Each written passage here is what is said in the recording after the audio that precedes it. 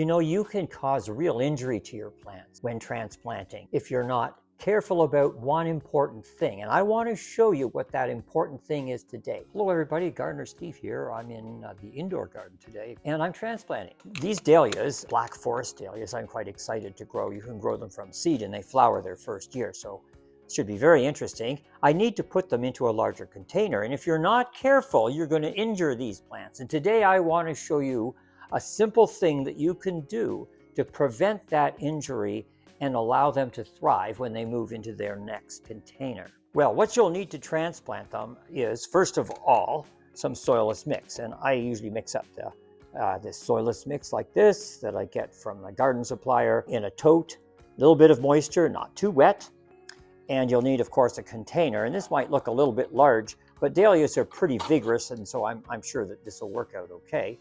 I like to have a stick that I can use to handle. I call it a transplant stick. And of course, just a label that tells us the plant that we're going to put in here. I take the soilless mix and I put it in here, nice and loose, right up to the top. Just give her a bit of a shake. And I make a hole in the middle like this to receive the transplant, like that.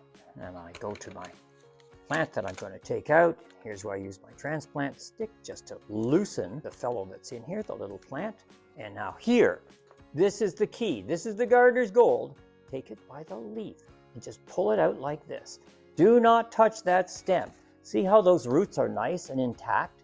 And then you can just slip them down like this into that little hole that you've made, and you have hardly disturbed that plant at all. Put a little soil around it like that. Water, but don't drench it. If you drench it, those roots will have a real struggle to grow because they won't have air. Yes, we all know roots need water, but they need air just as badly. So there we are. It's ready to go. Well, I think I'll get to work transplanting the rest of these little dahlias. And when I'm finished with them, I'll be putting them back under the lights where I have got some peppers and some tomatoes and some other things that I've done in the last few days. And they're going to stay here for a little while. And then they'll go out to the cold frame, or if they're strong enough, right into the garden for the season. If you'd like to learn more about cold frame gardening, you can check out the link in the description below.